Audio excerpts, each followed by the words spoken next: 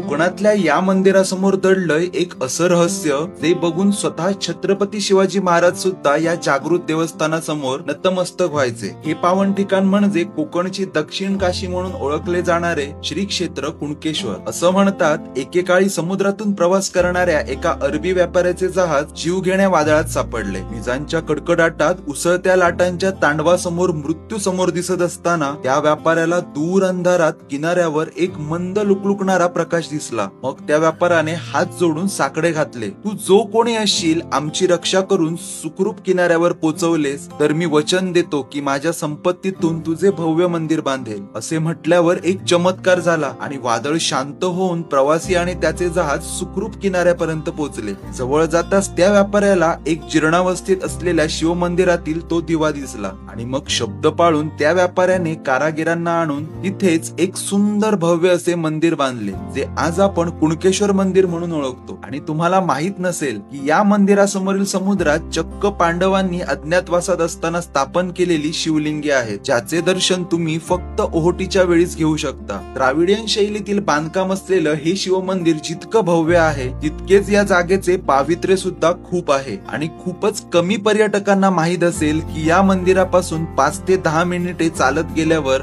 खडकांमध्ये तुम्हाला रहस्यमयी योगी गुहा दिसतात, जिथे मुख्य गुहेत एक स्वयंभू शिवलिंग आणि देवी जोगेश्वरीची सुंदर मूर्ती सुद्धा आहे। आजही या गुहेत अनेक सिद्ध योगी अदृश्य रूपात साधना करत आहेत अशी आख्यायिका आहे की नाही कमाल? मग तुम्ही कधी येताय कोकणच्या दक्षिण काशीला व्हिजिट द्यायला? आणि व्हिडिओ आवडला असेल तर देवगड मधील अजून भन्नाट स्पॉट पाहायला आत्ताच चला जाऊला फॉलो करा।